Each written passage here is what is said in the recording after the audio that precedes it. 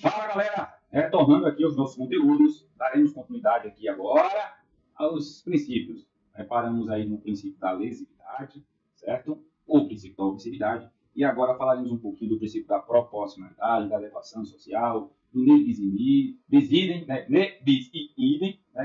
pronunciamos bis idem, e por fim, o princípio da insignificância. Este princípio é importante. Chega para a tela com o teacher. Princípio da proporcionalidade. Olha só, princípio da proporcionalidade. O que é isso? O que é isso, minha gente? Que a pena, a punição deve ser proporcional. Ou seja, o magistrado, ao arbitrar uma sentença penal, deve fazer um juízo de ponderação. Ele deve fazer um juízo de ponderação entre a conduta praticada, o bem que é lesionado e a pena. Gostei, Vitor? Bora lá. Deve-se fazer um juízo de ponderação entre dois pontinhos. Entre o quê? Eu falei agora há pouco. O bem que é lesionado. Botou aí? Colocou? Tem certeza? Tem certeza? E o bem, anotem, e o bem que pode, vou botar um pouco mais completo para vocês, tá? Que pode alguém ser privado. Vejam só. O princípio da proporcionalidade. É necessário fazer um juízo de ponderação. A conduta praticada, o bem violado e a privação de liberdade do sujeito. Vocês consideram proporcional sujeito que furtou 1 quilo de carne no supermercado para comer. Imagine esse exemplo. Foi preso em flagrante, foi processado. No julgamento, o magistrado arbitrou uma pena de 7 anos de reclusão. É proporcional essa pena? Veja o bem praticado. Vamos olhar o comportamento do agente, a conduta dele e a pena. É proporcional? Não, não é. Vamos ver agora o cara que matou uma pessoa, cometeu um crime de homicídio, qualificado, e pegou uma pena de 6 anos. É proporcional? Não. Olha o bem jurídico violado, bem vida, crime qualificado, alto grau de reprovabilidade pela sociedade. É proporcional essa pena? Não. Então, o princípio da proporcionalidade vai agir nesse caso. Vamos fazer um juízo de valoração, analisar a conduta praticada, os meios que foram utilizados, capacidade do agente, comportamento, antecedentes, criminais, reincidência, tudo isso vai ser analisado para uma pena proporcional. Beleza? Chega para a tela com o teacher. Princípio da adequação social. O que é o princípio da adequação social? Deixa eu voltar para cá. Princípio da adequação. Adequação social. Imaginem que uma conduta ela está prevista em lei. É tipificada. Existe uma subsunção do fato ou uma norma penal. Mas a sociedade aceita aquela conduta. Adequação social. Aquela conduta ela é tipificada. Ela é prevista no ordenamento jurídico, mas a sociedade a aceita como se normal fosse. Compreendendo o que é o princípio da adequação social? O direito penal vai ter que intervir aqui? Não. É previsto em lei? É. Mas a sociedade aceita. Porque eu só posso punir aquilo que a sociedade reprova. A sociedade aceita. Por exemplo, os casos de camelôs. Aquelas feiras livres, no final de semana, no centro da cidade. Camelô. Estava no réplica de DVD, eu acho que nem existe mais isso, né? DVD e CD. Antigamente que tinha PlayStation 2, chegava numa feira dessa para comprar lá o Bomba Pet por R$2, ou então GTA. É uma violação ao direito autoral. Só que a sociedade meio que aceitou a prática dos camelôs. Lembrei até a música do Anderson Gomes agora, né? Sou camelô, sem nenhuma tradição, e o quê? Em contrapartida, sou de boa família. Sim, voltando para cá. Vejam só, é um crime, está previsto em lei, nós temos a subsunção do fato à norma, aquela conduta se enquadra perfeitamente no tipo penal, mas a sociedade aceita como se normal fosse. Isso é adequação penal. Sociedade não reprova aquela conduta. Beleza? Chega para tela.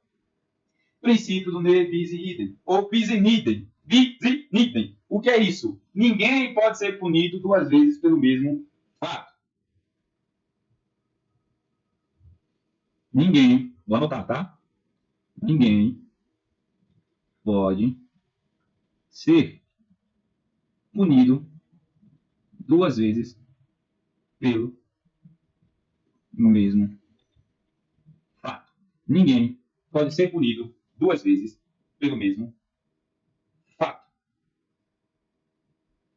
E aqui, minha gente, quando eu falo de bis in idem, que ninguém pode ser punido duas vezes pelo mesmo fato, deixa eu trocar aqui a cor da canetinha e botar o verde, eu tenho um desdobramento. E aqui eu trago para vocês 2 pontos.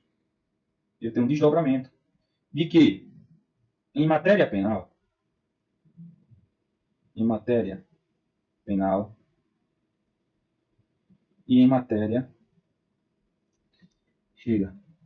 matéria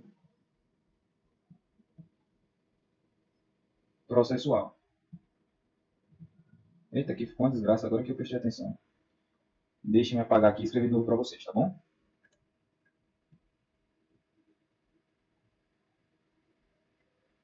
Matéria processual. Vejam só, quando eu falo de bis in idem, eu estou dizendo que ninguém pode ser punido duas vezes pelo mesmo fato. Falando isso, eu tenho um desdobramento desse princípio, que é em matéria penal e em matéria processual. Em matéria penal, eu vou dizer para vocês agora. Chega para a tela com o professor. Em matéria penal, significa que ninguém pode sofrer duas penas pelo mesmo crime. Bis in idem é um desdobramento. Matéria penal e matéria processual. Em matéria penal, ninguém pode sofrer duas penas pelo mesmo crime. Em matéria processual, ninguém pode ser processado e julgado duas vezes pelo mesmo crime. Isso é base, está aqui em tela, coloquei para vocês. Bis in idem, ninguém pode ser punido duas vezes pelo mesmo fato. É um desdobramento. Matéria penal. Ninguém poderá sofrer duas penas pelo mesmo crime praticado. Duas penas, não tem como. Matéria processual. Ninguém pode ser processado e julgado duas vezes pelo mesmo fato. Bis in idem. Bis in idem. Beleza? Beleza? Então chega para a tela. Que agora nós falaremos daquele princípio que é pancada em prova, que quase todo mundo tem dúvida, que é o princípio que é pancada em doido. Princípio da insignificância, ou também conhecido como princípio da bagatela. Princípio da bagatela. Deixe-me trocar a cor aqui do lápis, botar aqui o vermelhinho, e vamos para a primeira observação. Esse princípio aqui, meus pupilos, o princípio da insignificância, vejam só, não possui previsão legal. O princípio da insignificância não possui previsão legal. Consequentemente, eu digo a vocês que esse princípio aqui é uma criação jurisprudencial. O princípio da insignificância não possui previsão legal. E o princípio da insignificância é uma criação jurisprudencial. Isso quer dizer que é uma criação de jurisprudência. É admitido na jurisprudência dos tribunais superiores, do STF e do STJ. Beleza? Chega para a tela com o teacher.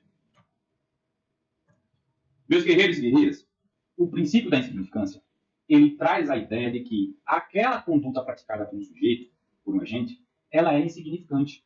Ela traz a ideia, o princípio da insignificância traz a ideia de que aquela conduta praticada foi incapaz de ofender o bem jurídico protegido pelo Estado. Aquela conduta praticada é insignificante para ferir ou colocar em risco o bem jurídico protegido pelaquela norma penal. E quando a gente fala de princípio da insignificância, prestem atenção. Eu agora estou gravando uma aula, este piloto não me pertence, certo? Não me pertence. Está aqui sob minha posse. Se eu subtrair esta canetinha de quadro branco, colocar em meu bolso e for para casa, eu cometi o quê? Subtração de coisaria móvel, que não é minha, tá? Que já foi minha posse. Eu subtraí este produto e levei para casa. Crime de furto previsto no artigo 155. Tá aqui. Tá aqui. O colega me deixou aqui, virou as costas, eu fui lá e pô, capei o gato, tem bolso. Canetinha de quadro branco. Subtrair. Coisa alheia móvel. Coloquei no meu bolso. Furto. 155. Eu pergunto a vocês. Pratiquei crime? Eu pratiquei crime? Sim. A minha conduta se enquadra perfeitamente no artigo 155. Aqui, então, eu tenho uma substituição do fato à norma. Eu tenho um enquadramento perfeito da conduta a um tipo penal, certo? Só que vem a pergunta, esta conduta minha é insignificante? O fato de eu ter subtraído essa canetinha de quadro branco, colocou em perigo ou feriu o bem jurídico, o patrimônio desse meu conhecido, desta vítima que deixou o patrimônio aqui, deixou a canetinha, ou é insignificante? O direito penal deve se preocupar com quem subtraiu uma canetinha de R$ 5. Será que compensa mover toda uma máquina estatal para punir o sujeito de ter subtraído, furtado uma canetinha? E a resposta é não. Então é para isso que existe o princípio da insignificância. Já informa os senhores e senhoras, não vai ser aplicado em todos os casos, em todas as circunstâncias. Deve o Poder Judiciário analisar o caso concreto para saber se é aplicável ou não o princípio da insignificância. Imagina o seguinte, se eu subtrair essa canetinha de um sujeito que é milionário, é irrelevante para ele. Não faz nem cócegas no bem jurídico tutelado pelo Estado chamado patrimônio. Certo? Não seria aplicável o princípio da insignificância? Sim. E eu pergunto a vocês, professor, é um crime, e como é que funciona? Vejam só, estudaremos um pouco mais para frente a teoria geral do crime. E o princípio da insignificância, pegando canetinha, vai funcionar como uma causa supralegal de excludente de tipicidade. Ou seja, a conduta será atípica. Vejam só, não vou adiantar a aula de teoria geral do crime, só para que vocês possam compreender. Quando estamos estudando teoria geral do crime, aí nós temos lá crime, certo? Temos elementos do crime. O primeiro é o fato típico, certo? Dentro do elemento fato típico, nós temos sub-elementos. Aí aqui nós temos a conduta, certo? Temos o resultado, temos o nexo causal e temos a tipicidade. Vejam só, crime é fato típico e ilícito culpado. Dentro do fato típico nós temos subelementos, só para que vocês possam compreender.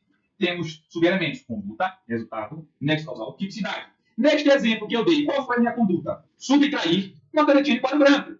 Subtrair canetinha de quadro branco, certo? Canetinha de quadro branco. Subtrair. Foi a conduta. O resultado, qual foi? Uma violação à norma penal, certo? Ofender bem jurídico. E terceiro, qual foi o bem jurídico do patrimônio? Um resultado. O resultado, qual foi o resultado? O bem saiu da posse da vítima. Inversão de posse, é minha. Estava com ele, o resultado saiu da mão dele. Estava comigo. Nexo causal. Entre o resultado e a minha conduta existe um nexo causal. O resultado só aconteceu por causa daquela conduta praticada? A resposta é sim. Aí eu venho na tipicidade. A conduta que praticou, que gerou um resultado, ela viola uma norma penal? E por que eu falo ela viola uma norma penal? Porque aqui dentro da tipicidade, meus senhores e senhoras, nós temos a tipicidade formal e temos a tipicidade material. A conduta praticada que gerou um resultado, ela viola uma norma. Existe uma tipicidade formal? Sim. Por que existe uma tipicidade formal? Porque subtrair coisa alheia móvel está previsto aonde? Artigo 155 do Código Penal brasileiro. Confere? Concorda? Certo. Mas essa conduta que gerou um resultado foi o suficiente para atingir, prejudicar, violar o bem jurídico? Neste exemplo que eu dei, a resposta é não. Então, como causa de excludente supralegal da tipicidade, e é aqui, ó, é aqui que vai atuar o princípio da bagatela. O princípio da insignificância ele vai atuar dentro da tipicidade material. Ele vai excluir a tipicidade material. Excluindo a tipicidade material, eu quebro um dos subelementos do fato típico. Consequentemente, a conduta se torna atípica. Atípica. Deixa de ser crime. Não é crime. Beleza? Compreenderam? Chega a pataria com o teacher.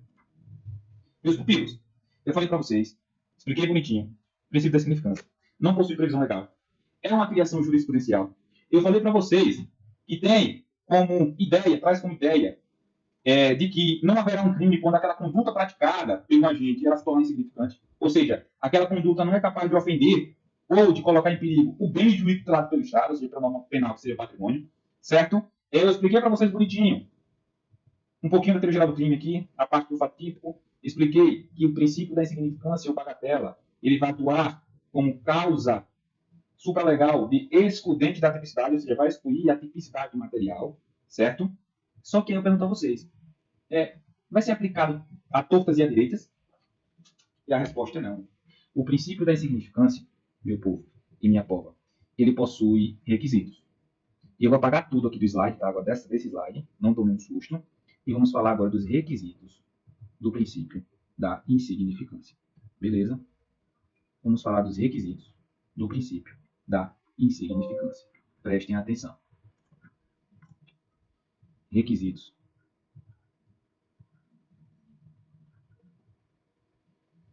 De aplicabilidade. Meu povo, quando eu falo de requisitos, são condições de reconhecimento do princípio da insignificância. E aí, a jurisprudência, como eu falei para vocês que é uma criação jurisprudencial, ela trouxe 4 princípios.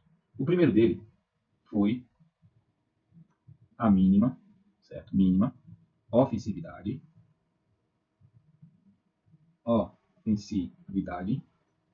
da conduta. O segundo requisito é ausência de periculosidade da periculosidade social da ação. Periculosidade social da ação. Periculosidade social da ação. Terceiro requisito, reduzido grau,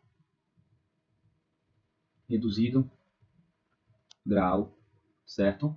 De reprovabilidade,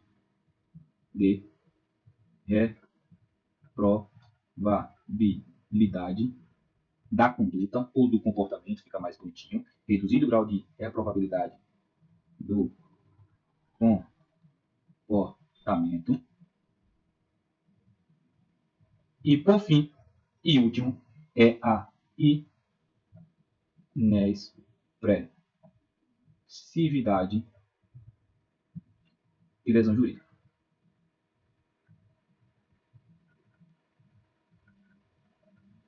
Tem mnemônico para decorar isso aqui? Tem, para quem gosta.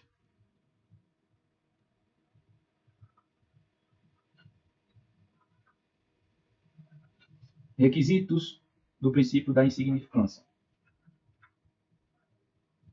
Mari. Requisitos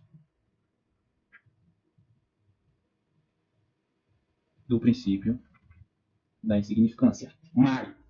Mínima ofensividade da conduta. Ausência de periculosidade social da ação. Reduzido grau de reprovabilidade do comportamento. E inexpressividade da lesão jurídica. Gente, esse monte de coisa, para eu chegar para você dizer na prática, é tudo uma coisa só. Isso aqui é tudo criação jurisprudencial, previsto na jurisprudência dos tribunais superiores, STF, STJ. Certo? Pessoal, encerramos por aqui nossa sala de princípios. Eu informo aos senhores e às senhoras que eu estou muito grato de ter esse contato com vocês. Digo mais, se tiverem alguma dúvida, quiserem, professor, quero falar contigo, eu estou com dúvida nisso, eu tenho um prazer do mundo em recebê-los e explicar por mensagem de texto, por áudio, por questões, tudo que nós vimos aqui. Eu vou deixar o meu contato telefônico aqui no quadro, para que vocês possam, caso tenham interesse, falar comigo. Professor, me explica isso. Tá? Então, DDD é o 82, certo? DDD 2 e número 98885 4015. DDD 82, número 98885 4015. Beleza? Ah, tira uma foto nossa. Eu e vocês aqui no quadro, ó. Tirou a foto?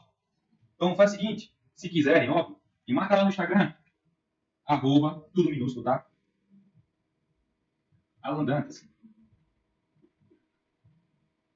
Ponto. ADV. Chega pro outro lado. Foto legal. Pega aqui, ó. Galera, brincadeiras à parte. Estudem, foco, força e fé na missão. A aprovação é bem ali. Tudo é questão de tempo. Tá? Estudem, se preparem, busquem a excelência pessoal. E eu vou terminar essa aula dizendo o seguinte para vocês. Não meçam os seus pés com o sapato do amigo. Tá? Não meçam os seus pés com o sapato do amigo. Então, até já. Em breve estarei de novo. Grande abraço. Beijão. Fiquem todos com Deus. Tchau, tchau. Fé na missão.